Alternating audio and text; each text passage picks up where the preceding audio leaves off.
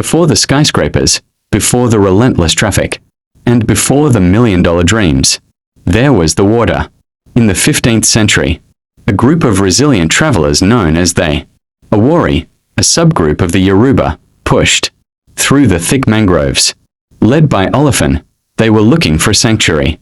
They found it on a small, fertile patch of land they called Iddo. They didn't see a megacity. They saw a farm. They called it EKO. Life was simple. The rhythm of the tides and the harvest of the soil. But peace on the coast never stays quiet for long. By the 16th century, the horizon changed. From the east came the shadows of the Benin Empire. The Great Oba of Benin sought a foothold on the coast, a strategic military outpost to guard the trade routes.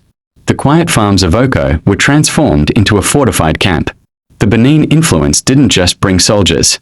It brought a dynasty. They called this camp EKO. To this day, the lineage of the Oba of Lagos carries the DNA of both the Yoruba foundations and the Benin royalty.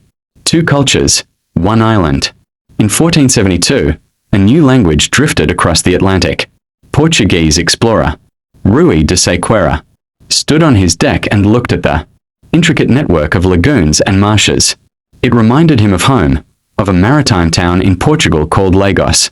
The name stuck. To the world, it became Lagos. To the people, it remained EKO. The 1800s brought the British. In 1861, under the Treaty of Cession, Lagos became a crown colony. It was no longer just a settlement. It was a gateway. From the amalgamation in 1914 to the official creation of Lagos State in 1967, the island expanded like a breathing lung. It swallowed the mainland, bridged the islands, and became the center of excellence. Lagos wasn't built in a day. It was forged in the fires of the Benin Empire, nurtured by the Awori farmers, and renamed by the Portuguese.